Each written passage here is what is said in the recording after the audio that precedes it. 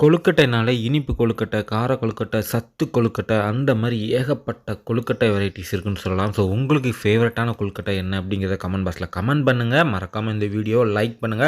So பார்க்குறவங்க like பண்ண மாட்டேங்கிறீங்க. மறக்காம லைக் பண்ணுங்க. இன்னைக்கு இந்த வீடியோல நம்ம என்ன செய்முறை வீடியோனா, உப்பு கொழுக்கட்டை செய்றது எப்படி அப்படிங்கிறத தான் பார்க்க போறோம். அதுக்கு ஒரு சின்ன பவுல்ல ஒரு 3 கரண்டி அளவுக்கு வந்து பார்த்தீங்கன்னா, பச்சரிசி மாவு எடுத்துக்கோங்க. நல்லா சலிச்சுக்கோங்க.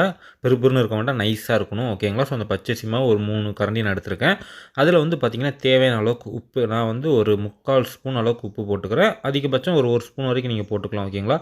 ஸோ உப்பு போட்டதுக்கப்புறமா துருவின தேங்காய், ஸோ ஃப்ரெஷ்ஷான தேங்காய் வச்சு திருவி அதை போட்டு வந்து பார்த்திங்கன்னா நல்லா ஃபஸ்ட்டு மிக்ஸ் பண்ணிக்கோங்க. இதுக்கு தேவையான பொருள் இவ்வளோ தாங்க, ரொம்பலாம் தேவை கிடையாது. இதை போட்டு நல்லா மிக்ஸ் பண்ணிக்கோங்க. ரொம்ப ஈஸியாக ஒரு 10 நிமிஷத்தில் சூப்பரான ஒரு டீ குடிக்கிறப்ப செம்மையாக ஒரு ஸ்நாக்ஸ் ரெடி பண்ணிடலாம்.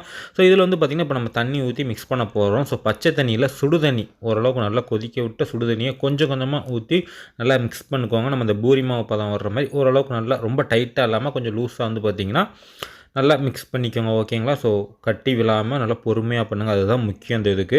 நல்லா இந்த மாதிரி மாவு நல்லா ஒரு பூரி மாவு பதத்துக்கு கொண்டு வந்துருங்க. நல்லா உருண்டை பிடிச்சி வச்சிட்டிங்கன்னா உங்களுக்கு பதம் பார்த்தா தெரியும், கையில் ஒட்டவே ஒட்டாது. ஸோ இந்த மாதிரி சாஃப்டாக பண்ணதுக்கப்புறமா இதை வந்து பார்த்திங்கன்னா நம்ம கொழுக்கட்டையை அப்போ ப்ரிப்பேர் பண்ணலாம். உங்களுக்கு பிடிச்ச டிசைனில் இது வந்து பார்த்திங்கன்னா எங்கள் அம்மா பண்ணுறாங்க. சின்ன சின்ன உருண்டையாக எடுத்து கையில் அப்படி தேய்ச்சி ஒரு சின்ன ஒரு அந்த விரலை வச்சு இது பண்ணோன்னா ஒரு அச்சு மாதிரி வந்துடும். ஸோ அதை தான் வந்து பண்ண போகிறோம். அடுத்ததாக அடுப்பில் வந்து பார்த்திங்கன்னா இட்லி கொப்பரையை வச்சு அதில் தண்ணி ஊற்றிலாம். தண்ணி நல்லா கொதிச்சுட்டு இருக்கட்டும். அதுக்குள்ளே நம்ம இட்லி தட்டில் ஒரு துணி உரித்து இந்த நம்ம ரெடி பண்ணி வச்சுருக்க அந்த கொழுக்கட்டை எல்லாத்தையுமே வச்சு வேக வைக்க ரெடி பண்ண போகிறோம். ஸோ உங்களுக்கு என்னென்ன சைஸில் தேவையோ அதுக்கு ஏற்ற மாதிரி பிடிச்சிக்கோங்க. ஆனால் சைஸ் கொழுக்கட்டோட சைஸ் ரொம்ப சின்னதாக இருக்கணும். டிசைன்ஸ் நீங்கள் எப்படி வேணாலுமே வச்சுக்கோங்க. ஓகேங்களா? ஆனால் சின்னதாக இருந்தால் தான் அது டேஸ்ட்டு செம்மையாக இருக்கும், சீக்கிரமும் வேகும்.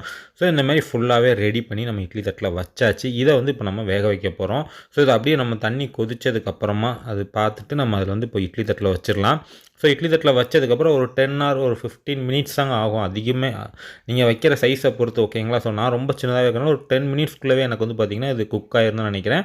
ஸோ நல்லா ஒரு 10 மினிட்ஸ் வந்து பார்த்திங்கன்னா மூடி வச்சுட்டு தீயை ஃபஸ்ட்டு ஹையில் வச்சுருங்க தண்ணி கொதிக்கிறக்கப்போ. அதுக்கப்புறம் ஸ்லிம்மில் வச்சுட்டு ஒரு 10 மினிட்ஸ் மட்டும் வைங்க. அவ்வளோதாங்க. சிம்பிளான ஒரு ஈவினிங் ஸ்நாக்ஸ் செம்மையாக இருக்கும். ரொம்ப சத்தானது இது.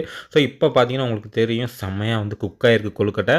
அந்த தேங்காய் அது எல்லாமே உங்களுக்கு தனித்தனியாக தெரியுது. பார்த்திங்கன்னா ரொம்ப சாஃப்ட்டாக இருக்கும். சாப்பிட்றதுக்கும் அவ்வளோ டேஸ்ட்டாக இருக்கும். எப்போவுமே இனிப்பு கொழுக்கட்டை கார கொழுக்கட்டையாக சாப்பிட்டா உங்களுக்கு இந்த உப்பு கொழுக்கட்டை ட்ரை பண்ணி பாருங்கள்.